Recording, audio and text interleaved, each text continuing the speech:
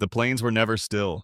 Even in silence they breathed, the wind moving slow across the grass like memory made visible, carrying dust ash and whispers from 1,000 forgotten fires. The Oglala said the land was alive, that the hills themselves had hearts and the rivers veins of breath that ran through the world. When the wind spoke, it was not weather, it was history. And those who stopped to listen could hear the voices of the ancestors speaking in rhythm with their own pulse. It was the winter of 1875. The snows came early, thick and unyielding, blanketing the Dakota plains in a silence so pure it became almost a sound. Far to the east, in marble rooms that had never known this cold, men wrote words they would later call treaties, ink pressed into paper, each line carving a wound into a nation they had never seen. Gold had been found in the Black Hills Pahasapa, the heart of the world. And so once more they summoned peace through letters written in hunger. The Oglala camps burned faintly against the horizon, smoke curling into skies the color of lead. Around the fires, the elders sat wrapped in hides, eyes bright with the reflection of flame. Each ember pulsed like a heartbeat. The pipe passed from hand to hand, its smoke rising like a thread between this world and the next. Silence held them, not fear but listening. The land was speaking, and every gust of wind seemed to carry a message only they could hear. When the eldest among them spoke, the others bowed their heads. His voice came slow, worn by years of dust and wind.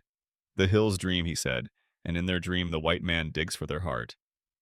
No one answered. They didn't have to. Somewhere in the distance, a wolf howled, a sound stretched thin across the cold. And the men understood what it meant. The dream of the land was being disturbed. Days passed in unease, and the buffalo herds had changed their paths. The rivers ran lower than the season should allow, smoke on the horizon, soldiers, miners, surveyors. The world tilting towards something the old prophecies had warned about. Yet still the council met night after night, voices rising like the slow build of thunder. They debated not whether to fight, but how to endure. How to remain a people when the world itself was being rewritten in languages not their own. In the final meeting, as dawn broke pale across the plains, they made their choice. A delegation would go east. They would carry with them the breath of the land, the memory of the Black Hills, the pulse of their ancestors, not as petitioners, but as witnesses. The youngest warrior spoke softly as they mounted their horses. "The wind will follow us," he said, and the others nodded. It always did. Their journey began in silence, snow crunching under hooves' breath, hanging in clouds, the horizon stretching endless and merciless. The land around them glittered with frost, every blade of grass, a shard of glass catching the dim light of the sun. They rode through days that blurred together gray skies, white earth, the world stripped of color until only motion remained. At night they slept in a circle, heads toward the fire, faces turned to the stars, the same stars their ancestors had followed in migrations before maps existed. Crossing the Missouri, they saw the iron roads, black rails glinting under thin ice engines, moaning like beasts of smoke. One chief dismounted, touched the rail with his bare hand, and flinched. "It's cold," he whispered, "but it moves like blood." The young interpreter beside him didn't understand the words, or perhaps didn't want to. The air itself seemed to pulse faintly with vibration, the new heartbeat of a nation built on someone else's ground. When the train came, the wind fled before it. Steam hissed, wheels shrieked, metal grinding against metal, a scream of progress cutting through the bones of the earth. The Oglala boarded without expression. Inside the seats smelled of iron and oil. Strangers stared wide-eyed, whispering at men who carried centuries in their silence. The world outside, blurred fields, rivers, forests flashing past like ghosts fleeing backward through time. The city met them in rain. Gray stone, glistening gaslight, trembling carriages clattering across slick streets. The air was thick with coal smoke and perfume's strange sense of civilization. They walked through it slowly, feathers heavy with moisture, their moccasins darkened by the rain. Crowds parted, uncertain whether to fear or pity what they saw. Newspapers called them noble visitors, but every headline hid a question. How long until they vanished, too? Inside the meeting hall, the light was sharp artificial chandeliers dripping with crystal, the air hot with breath and arrogance. The officials spoke in voices that filled the room, but not the space between hearts. They spoke of friendship, of unity, of shared destiny. They smiled too much. When they were done, the eldest Oglala stood, feathers swaying like dark fire, and for a long time he said nothing. Then slowly in Lakota he spoke. "You speak of peace as if it were yours to give. You cannot give back what was never yours to take." The translator paused, fumbling for words that could survive translation, but there were none. Only silence. And that silence pressed heavy as storm clouds. One of the younger officials coughed, the sound breaking against the tension like a stone dropped into deep water. The Oglala did not move. They were statues carved from will and time, unblinking eternal present. Later that afternoon, the photographer arrived. His camera stood on a wooden tripod, an eye of brass and glass. He asked them to stay still to face the light. They didn't flinch. The air in the room thickened, a sense that something unseen had entered with them. When the flash came, a burst of white smoke and thunder, everything froze. Even the light seemed to hesitate before returning. On the glass plate, their faces appeared with impossible clarity, eyes that seemed to look past the lens, past the room, into the viewer's own time. Behind them, faint shapes shimmered like ridgelines or clouds or spirits lingering at the edge of sight. The photographer said nothing, but in his notes he later wrote, "I felt the weight of 1,000 years looking through me." That photograph would travel the world, to museums, to books, to archives surviving wars, floods, and time itself. Yet every copy carried the same impossible detail the eyes never dimmed. When light struck the glass just right, it almost seemed to move, a flicker, a shift, a living presence trapped in silver and shadow. People dismissed it as artifact, chemical illusion, but those who stood before it too long often left unsettled, unsure whether they had seen something move or something see them. The Lakotas say the photograph is not an image, it is a doorway. The spirits of the Oglala live within its frame, watching those who watch them, reminding the living that sovereignty was never lost, only guarded by those who never left. When the storms roll over the plains and the wind howls across the ridges, they say the thunder answers back like a drumbeat from the old council. Slow, deep, eternal. Because the land still breathes, the hills still dream, and the guardians, the men who once sat silent beneath painted backdrops and flashing light, are still there, waiting in the breath between heartbeats, in the silence between thunder and echo, watching the world forget itself and whispering, "Not yet. Not yet." The plains stretched beyond sight, grass whispering beneath the weight of centuries. The air shimmered like glass under the noonday sun, and far above, hawks turned slow circles that never broke. To those who did not know, this was wilderness, empty, silent, barren, but to the Oglala, it was a living map carved by stories remembered in wind and water. Every ridge bore a name that no white tongue could speak without fracturing its spirit. Every stream carried memory of hunts, of births, of laughter buried in the hum of crickets at dusk. This was not land, it was breath. The first breath of the world still exhaled each morning in mist and dawnlight. In the soft hours before sunrise, the lodges stirred like sleeping lungs, smoke rising from fire holes curling in blue threads toward the paling stars. The smell of sweetgrass drifted through the air, cleansing, sacred, mingling with the scent of hides, horses. Children woke to the rhythm of drums in the distance, faint, patient, like the heartbeat of something immense beneath the earth. Women brushed snow from hides stretched taut between poles, their breath fogging the cold air in clouds that shimmered pink under the newborn sun. Life here began not with words, but with the scrape of a blade, the crackle of fire, the whisper of wind sliding through grass as tall as a man's shoulders. The old ones said the wind carried messages, that it remembered everything. When it crossed the plains, it gathered songs, prayers, the last words of warriors, and carried them to the black hills where the great spirits listened. Sometimes when the night was too still, you could hear those songs return, soft as the sigh of feathers trembling at the edge of sleep.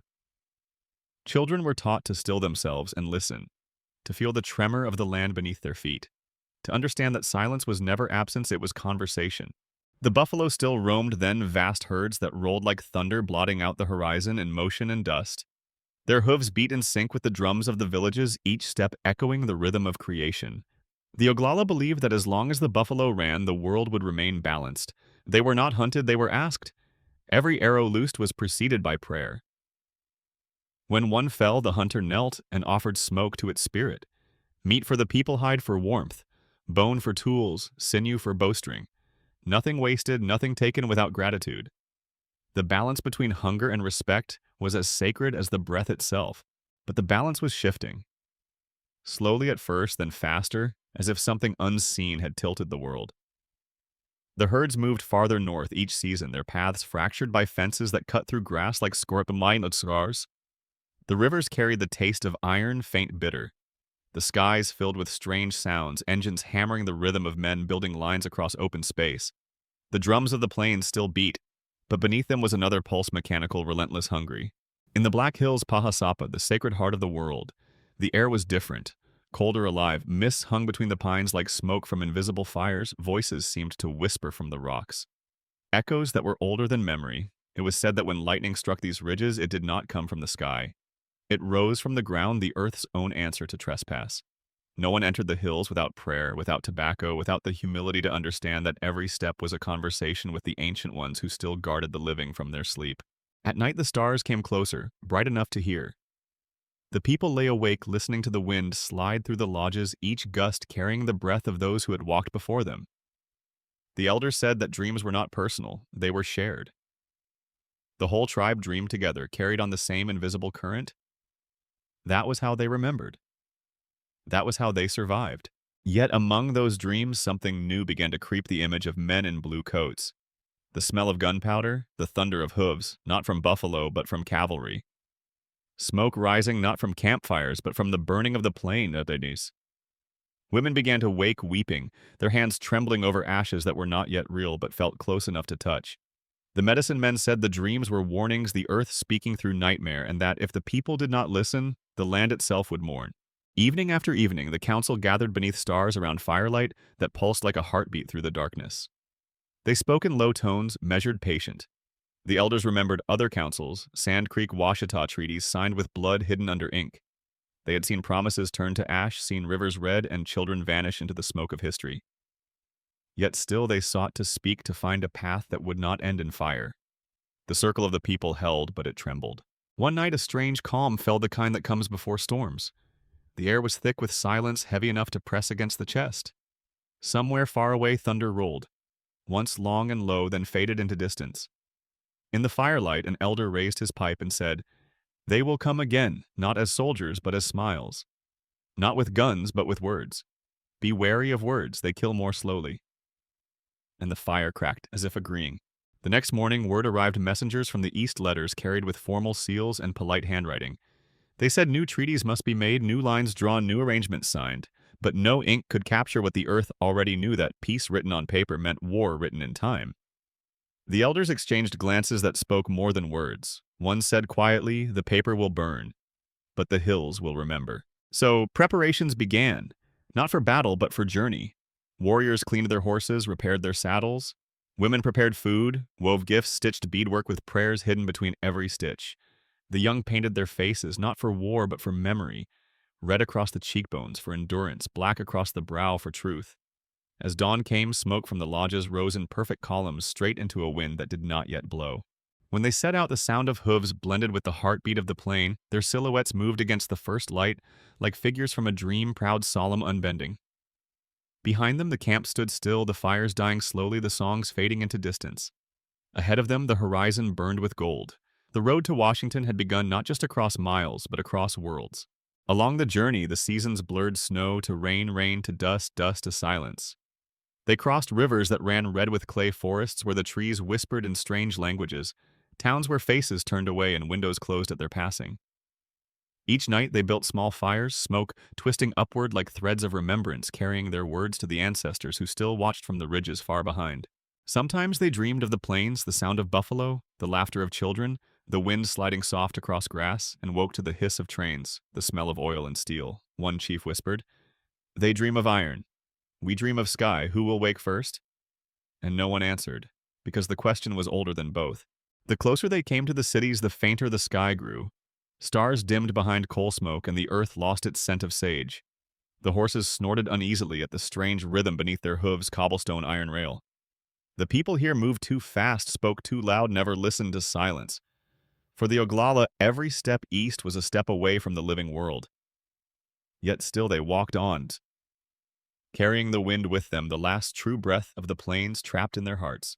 And somewhere far behind them in the black hills, a storm gathered, slow, immense, deliberate, lightning flickering inside clouds that would never break. The spirits stirred, restless, watching their children vanish toward the east, and the wind, that eternal witness, began to whisper their names across the empty grass, carrying them forward, carrying them home. The city was louder than thunder, and yet beneath its noise, something ancient stirred, confusion, awe, resistance. Washington, 1875, carriages rattled over cobblestones, horses snorted clouds into the winter air. Lamps flickered against the fog like restless eyes. The Oglala delegation arrived at dusk, stepping down from a train that hissed and sighed like an exhausted beast. The platform reeked of coal and steam, and the men who had once crossed the plains beneath the open sky now found themselves beneath ceilings of smoke and glass. The interpreter walked ahead, coat tight around his shoulders, papers clutched in hand, official letters from the Department of the Interior. Stamped, signed, sealed, all the symbols of order in a world that mistook paper for power. The chiefs followed in silence, their breath rising white against the gray air.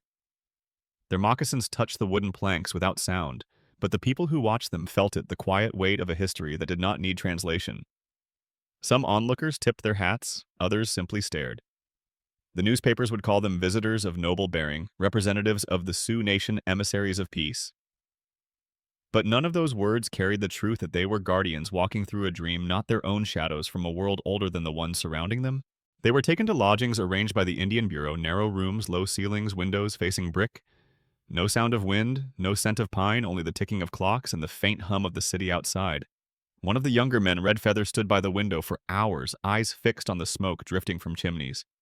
"It moves," he whispered, "but it does not breathe."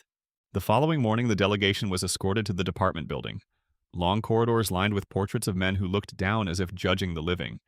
The air smelled of varnish, ink, and ambition. Papers rustled, pens scratched, boots clicked on marble. The music of bureaucracy, yet within that sound something sacred faltered, the rhythm of the earth, replaced by the rhythm of law. The interpreter began to speak, translating greetings, courtesies, introductions. "The Great Father welcomes you. The government desires peace," but the chiefs stood still, faces unreadable. One of them, Iron Crow, raised his hand for silence. "We are not enemies," he said through the interpreter. "We came because the land asked us to." The officials exchanged glances, polite, uncertain. Someone coughed, someone smiled too quickly, pens resumed scratching. Outside, the streets swelled with life. Carts, wheels, boots, rain on stone. But inside, time slowed. One by one, the officials presented documents, maps marked with lines that cut across mountains, rivers, hunting grounds. For mutual understanding, they said. For civilization. Iron Crow looked down at the map, his shadow falling across it like a storm. "You draw rivers," he said softly, "but they still flow where they wish." That afternoon, a photograph was arranged, a formal sitting to commemorate the meeting. The men were positioned carefully, chiefs seated in front, officials behind a flag draped to one side. The photographer adjusted his lens, muttered about light exposure distance. "Hold still," he said. But as the flash burst a blinding bloom of smoke and silence, something flickered at the edge of the plate, a blur that shouldn't have been there. When the image dried, faint shapes hovered around the chiefs, wisps, outlines almost human like figures drawn in fog. The photographer said nothing, but his assistant swore he heard whispering in a language he didn't know. In the archives, that glass plate still exists, stored in the library's lower vaults, labeled simply Sioux Delegation 1875. Under magnification, the shapes remain, not scratches, not dust. Forms, faces, half there, half gone. The technicians who restored it noted unexplained luminance along the periphery. One even wrote in his notes, "The eyes seem aware." That evening, the delegation attended a dinner at the Willard Hotel. The chandeliers glowed like fire trapped in crystal. Tables gleamed with silver dishes, steaming wine poured, laughter rising too easily. The chiefs sat in silence, their plates untouched. They had eaten before food offered by those who did not understand the word enough. When one of the senators raised his glass and said, "To peace everlasting," the eldest Oglala Black Elk replied through the interpreter, "Peace is not a word, it is a breath. You cannot keep it in a bottle."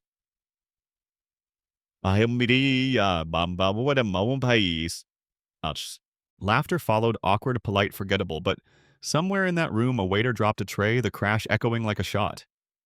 The silence that followed lasted just a moment too long. Later that night, one of the hotel maids, a woman from the Carolinas, claimed she saw them praying in the hallway before dawn.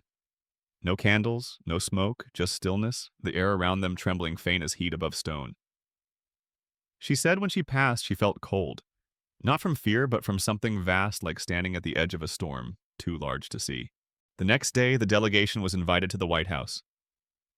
The president shook hands, smiled, posed for another photograph. His secretary noted, "They refuse to remove their feathers." In his diary, an aide wrote, "They carry themselves as though in council with invisible nations." Outside, rain began to fall, slow, steady, washing the dust from the streets. The Oglala stepped into it without haste. Raindrops clung to their braids, their coats, their feathers.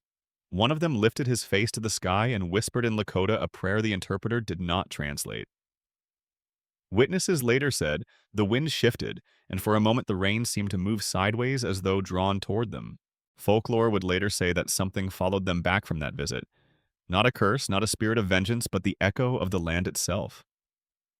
That the photograph taken in that room captured not only their faces, but the presence of the ancestors standing behind them, the spirits of the Black Hills traveling east to remind the white world that no treaty written by man could quiet the heartbeat of the earth. In the decades that followed, curators, scholars, and archivists would study that photograph. Some saw only history, others saw light bending wrong. The room's geometry imperfect, the shadows too long for the lamps used. One technician swore that when he developed a new print, the image of one chief standing there seemed to have turned his head ever so slightly toward him. The eyes sharper, clearer, aware, he burned the print that night and refused to work in the darkroom again. Among the Oglala, the story grew in retelling that when their ancestors stood before the white man's camera, their spirits looked through the lens past the future into all the years that would follow and saw us. They say if you stand before that photograph long enough and the light catches the glass just right, you can still see them breathing. Not trapped, not ghosts, but guardians. Watching, waiting, remembering every promise that turned to dust. The first reports appeared quietly, a few lines buried deep in the morning papers. Delegation of Sioux chiefs departs capital. After peaceful talks, nothing unusual, nothing dramatic. Yet those who had attended the meetings told a different story. Secretaries whispered of strange silences during the sessions, of the way the air in the room grew thick when the chiefs entered, of pens that refused to write when certain topics were mentioned, gold, the Black Hills' sovereignty. One stenographer swore she heard a faint drumbeat through the floorboards whenever Iron Crow spoke, soft, distant, steady as though coming from the earth itself. When the train left Washington, a heavy fog rolled in thick enough to swallow the station to blur the lamps into floating orbs of pale fire. Passengers claimed the whistle echoed longer than usual, carrying an odd harmonic tone that made glass hum. The conductor later wrote that the chiefs sat motionless, eyes half closed, whispering in their own tongue not to each other, but to something unseen outside the window. One of the passengers, a war veteran, said he saw faces in the mist, painted faces motionless watching the train as it pulled away. By the third day of travel, something had changed. The interpreter Thomas Barlow began keeping a private diary fragments later found in his trunk after his death. They speak to the air, he wrote, and the air answers. I hear it sometimes a low vibration at the edge of thought like distant thunder under clear skies. He described sleepless nights, dreams of endless grasslands stretching through his room and the sensation of wind moving through walls that were not there. On the fourth night, he woke to find one of the chiefs standing at the window, eyes open, whispering a prayer. When Barlow asked what he saw, the man replied, "The land follows. It never lets go." When they reached Chicago, the delegation stayed at a hotel near the rail yards, an iron labyrinth of smoke and echo. That night, guests complained of strange noises, footsteps pacing empty hallways, faint chanting, the smell of sweetgrass drifting through closed rooms. The night clerk, a skeptic, went upstairs to investigate, but when he reached the top floor, he found the hallway colder than the winter outside. Every lamp flickered, and in the reflection of the glass door, he swore he saw figures behind him, faint layered, moving as though in two worlds at once. When he turned, there was nothing. The next morning, the chiefs performed a small ceremony behind the hotel near the rail tracks on frozen ground, a circle drawn in ash and tobacco. They did not explain it. They simply said it was to keep the road straight. Barlow recorded it in his diary, adding only, "I did not ask what happens when the road bends." As the train crossed the Missouri again, weather turned, sudden wind howling without warning. Sky split by lightning, though no clouds had formed. Passengers huddled in silence. One said the train seemed to slow as though climbing an invisible hill. The engineers later confirmed the instruments had gone wild. Compasses spinning, pressure gauges, dead timepieces stopping for exactly 7 minutes and resuming on their own. No one could explain it. No one. By the time the delegation reached the Dakota Plains, newspapers had already forgotten them. But among the telegraph operators along the route, stories spread, messages sent and received without names, signals repeating themselves long after the lines were cleared. One operator in Omaha wrote in the margin of his log, "Voices on the wire. Not echo, not human." When the Oglala returned to their people, winter had already begun to close in. Frost clung to the grass like silver dust. They dismounted in silence, greeted not with cheers, but with the low hum of drums waiting for Wurze. In the council lodge, they laid the papers on the ground, the new treaty stamped, signed, sealed, the same as the old, only colder. The elders listened. No one spoke for a long time. Finally, Black Elk said, "The hills are crying. They will not stop." That night, wind screamed across the camp, tearing hides from poles, scattering embers into the dark. Horses bolted, dogs howled, and the air filled with a sound like distant thunder rolling underground. Some said it was a storm. Others said it was the ancestors, angry, restless, denied. By morning, the snow had fallen thick, covering everything in white silence. Weeks later, the interpreter Barlow returned east, restless, haunted. He wrote to a friend in Boston. "Something came back with them. I feel it still. At night, the ticking of the clock turns to drums. I hear chanting in languages no man taught me. Within months, he vanished. His boarding house room left untouched, only his diary open on the desk. Ink smeared as though a breath had moved across it mid-sentence." In the following spring, explorers near the Black Hills began reporting strange phenomena. Instruments failing, compasses spinning light, behaving oddly near certain ridges.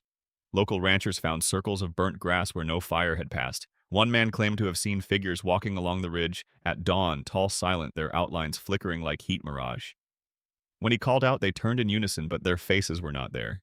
The newspapers dismissed it all as superstition hysteria, the usual talk of frontier towns, but among the Sioux a saying spread quietly: "The guardians walk again." They said the spirits of those photographed in Washington had returned to the land no longer bound by flesh, carrying with them the memory of betrayal and the duty of protection. At night, some swore they heard chanting from the hills, deep, rhythmic, almost mechanical, like the pulse of the earth itself keeping time. A missionary wrote that his church bell rang by itself at midnight, though the rope hung still. When he entered the chapel, the air shimmered with heat, though snow covered the roof. The cross on the altar had fallen, not broken, just turned facing west. He never preached there again. And then came the reports from Fort Robinson sentries claiming to see lights moving across the valley, torches that vanished when approached. Officers ordered searches, but no tracks were found. One sergeant filed a report stating, "The wind carries voices, not words but sound. The same beat as the drums I heard in the territory." The commander dismissed it, yet months later he too requested transfer, citing unsettling phenomena inconsistent with reason. By late 1876, the stories had woven themselves into rumor and rumor into dread. The officials denied everything, but still the glass plate photograph in the archives began to show new marks. Faint, barely visible, as if something beneath the surface was trying to come through. The archivist tasked Bukiets out with restoring it wrote privately, "I cleaned it 3 times, yet the shapes returned. They change each night, closer, clearer." He quit his post a week later, refusing to touch the negative again.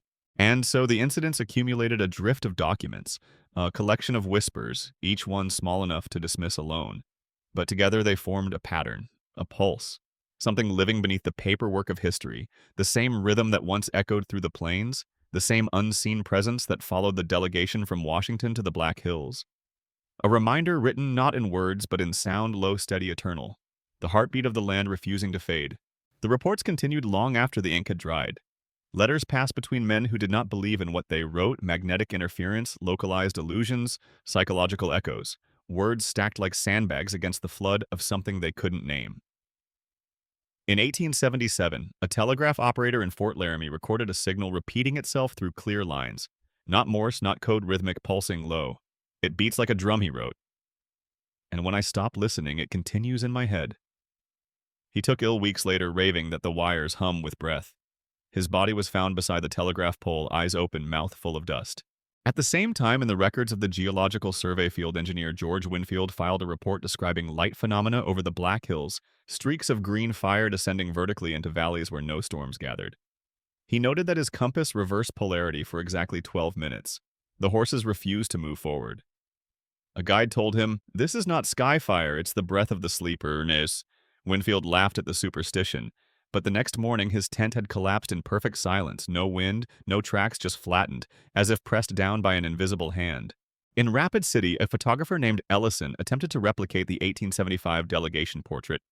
A study in native physiognomy, he called it, inviting several Oglala men to pose before the same painted backdrop, the same equipment model. When the plate was developed, the faces came through half-formed, distorted by streaks of light. He blamed exposure error, tried again. The second image developed darker, but behind the men in the shadow of the curtain, faint outlines appeared, 5 figures, not the ones in front of the lens. The shapes resembled the original delegation, one seated, one standing, one hand raised. Ellison destroyed the glass that night, but fragments survived, one kept in a private collection showing an eye impossibly sharp gazing from the blur. By 1878, the Bureau of Indian Affairs had begun receiving letters from settlers near Pine Ridge, drumming in the ground fires that leave no ash voices near wells at night.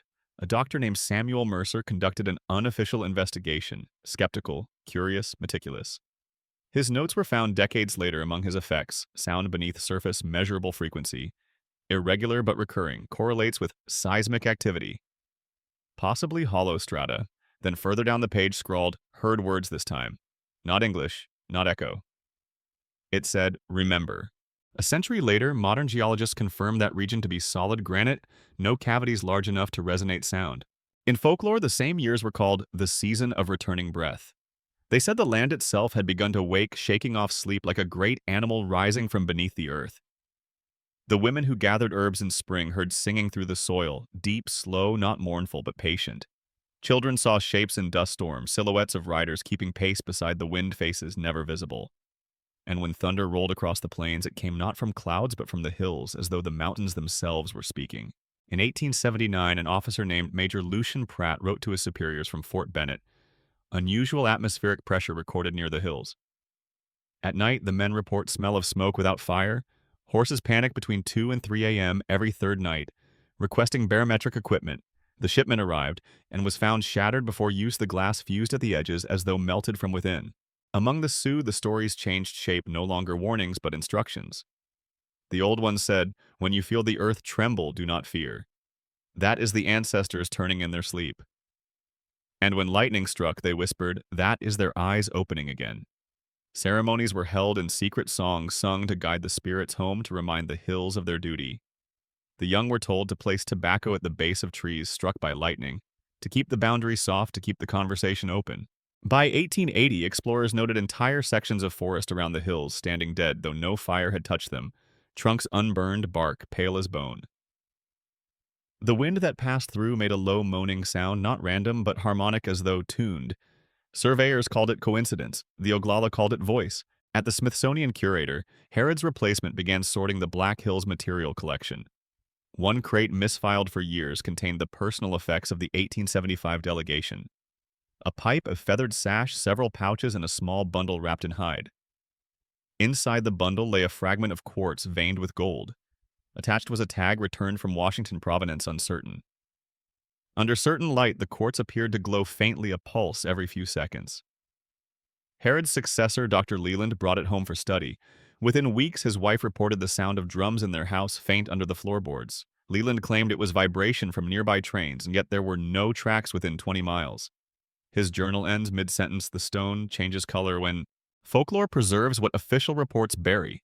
That the quartz was a piece of Paha Sapa itself, taken east during negotiations as proof of the Black Hills' value. A gift, a theft, or perhaps both. The elders said, when it left the land, the world tilted, and when it began to pulse, it was the earth calling it home.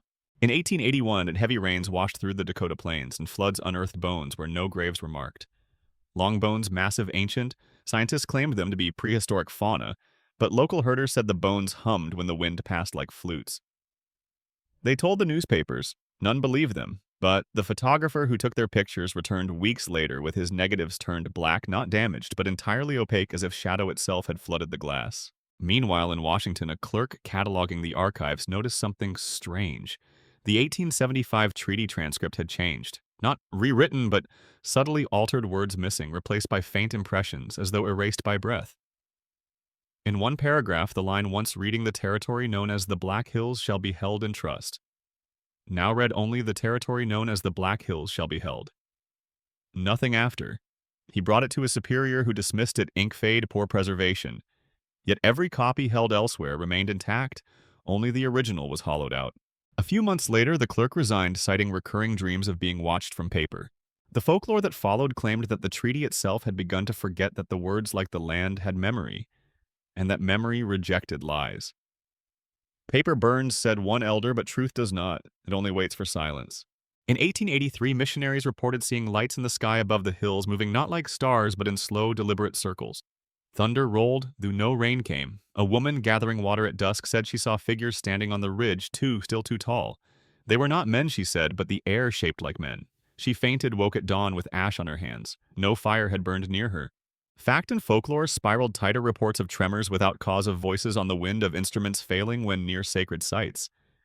Each was filed, stamped, forgotten, but together they painted a picture, the land pushing back through the cracks of history, reclaiming breath through wire, through stone, through dream. Years later in 1890, when the Wounded Knee tragedy tore the plains apart, survivors swore they saw the sky split, a light descending over the bodies, not mercy, not weapon, but something watching old as the hills, bright as morning. Some said it was the ancestors rising to gather their children. Others said it was the same power that once pulsed in the quartz stone, now released at last. The soldiers saw only light, unbearable, absolute, and for a moment no one moved. In the decades that followed, strange coincidences lingered. Seismographs picking up rhythmic tremors under the hills every midsummer, though the region remained geologically stable. Radio engineers in the 1930s recording unexplained low-frequency tones. Anthropologists interviewing elders who smiled and said, "Still here. You can measure, but you cannot name." And today the photograph remains locked behind glass in a museum room that never warms. Technicians still note the faint smell of sweetgrass when they open the case. Sensors record subtle temperature drops every time the lights dim. And though no one admits it, a rumor persists that each winter solstice the image changes slightly. The eyes of the Oglala chiefs reflecting not the camera's flash, but something unseen behind it.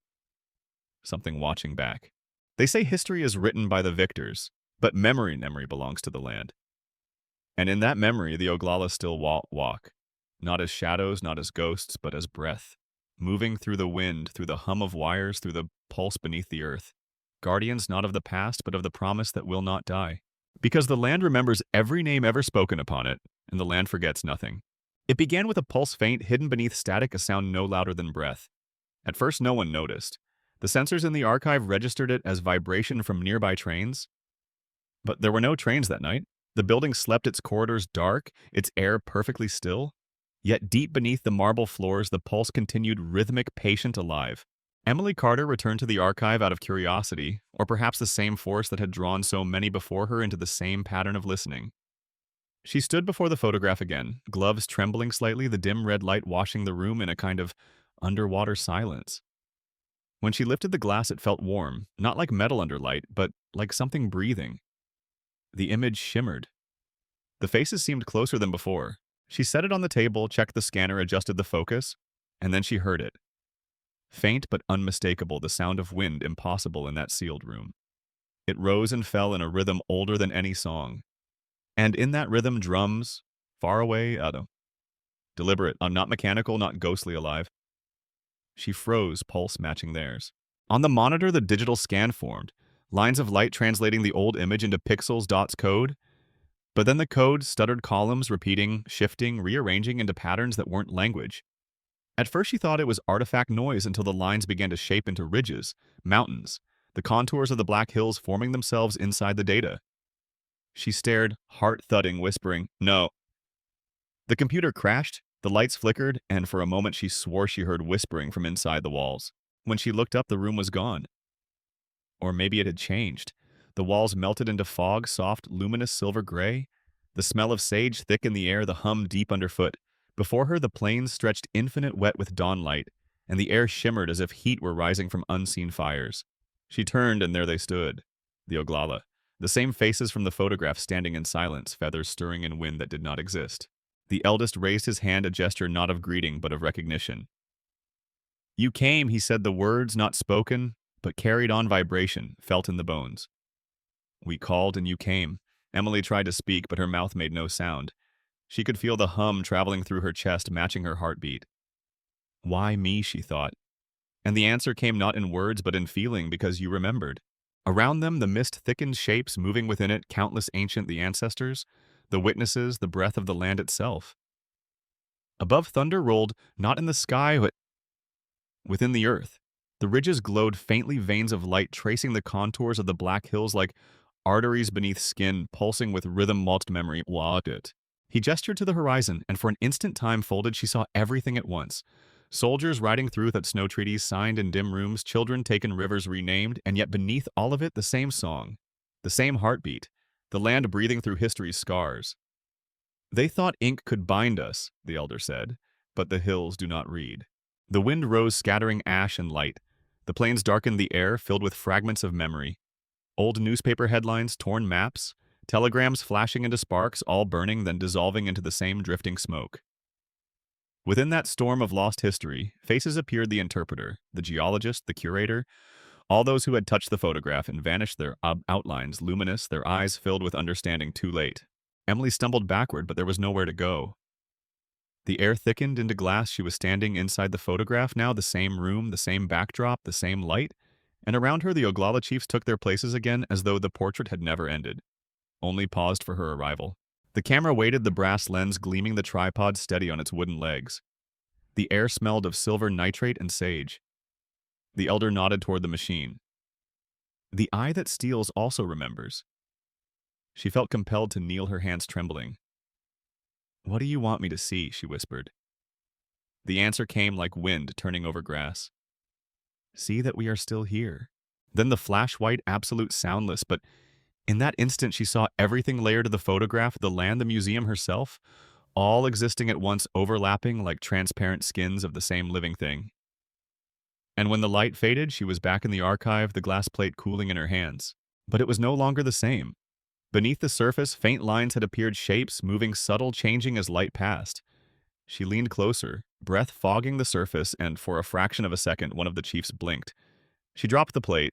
It didn't shatter. It landed softly like cloth, and the hum returned steady, low, deep, the same as the drums in the plains, the same as her pulse. She tried to record it, to measure it, to prove it: decibels, frequency, temperature, but every instrument failed. Sound without air motion, without cause. The hum existed only between beats of silence, in the thin line where listening becomes remembering. In the following weeks, she noticed changes. Her dreams filled with wind and thunder, her hands smelling faintly of earth, even after washing, the faint outline of hills forming behind her eyelids when she closed them. She heard voices in sleep, not frightening but familiar. The same words again and again: "The land remembers." She began visiting the museum each night, sitting in front of the photograph for hours, not taking notes, not measuring, just listening. And each night the hum grew softer, deeper, more human. It began to sound like breathing, thousands of breaths woven together, the sound of a people who had never left, only become unseen. Then one night, as she sat in the dark, a shadow passed over the glass, not reflection, not trick of light, something within, and a voice, clear this time, said her name. Not Emily, but the name before names. The sound of wind through grass, of a river turning stone. Something older than language, but unmistakably hers. Her eyes filled with tears, not fear but recognition, and she whispered back, "I remember." The lights flickered, the hum peaked, and the world shifted, not destroyed, not reborn, just widened a circle, completing itself after 100 years. The glass pulsed once like a heartbeat and then fell still. In the morning, the guards found her asleep beside the display head, resting against the case, peaceful. When they woke her, she smiled and said, "Only, it's quieter now." That night across the plains of South Dakota, storm clouds gathered without rain. Lightning flickered silently over the black hills, white veins across the sky, illuminating ridges like bones. Ranchers reported hearing drums not from any direction, but everywhere, the sound of distance remembering itself. And miles away in Washington, the sensors in the museum basement recorded one final anomaly. A single pulse, perfect symmetrical, registering as both sound and light. When mapped, it formed the outline of a feather. Folklore now says the Guardians had waited exactly 150 years for the world to listen again. That the photograph was never a prison, it was a bridge.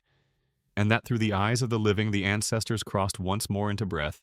And perhaps that's what the hum always was: not warning, not haunting, but heartbeat. The sound of sovereignty waking again beneath glass and wire. Because nothing that was once sacred ever truly dies. It only sleeps, waiting for silence deep enough to be heard. The hills were quiet again, but not silent. Nothing in this land is ever truly still. The wind carried a tone too low for hearing, too constant to be chance. A pulse that trembled through soil and water, through root and bone. The same rhythm that once followed the Oglala into battle, into prayer, into legend.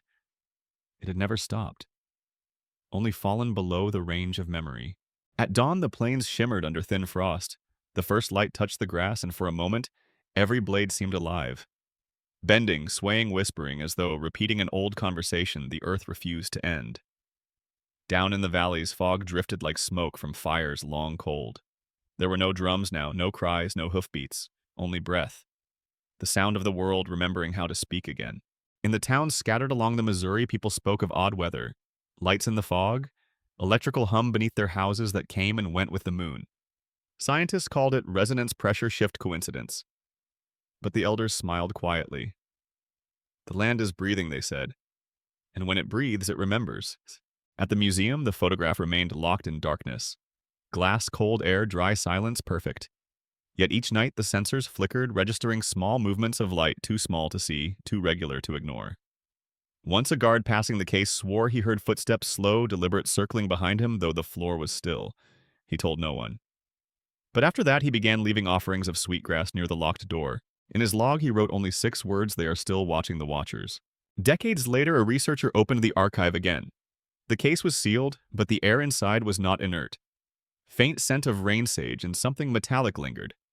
She raised her phone for a photo, but the image blurred the lens, fogging in perfect humidity control. She wiped it once, twice, and realized the condensation formed in rings widening outward like ripples from a heartbeat beneath the glass. By dawn, a storm rolled across the plains. No lightning, no rain.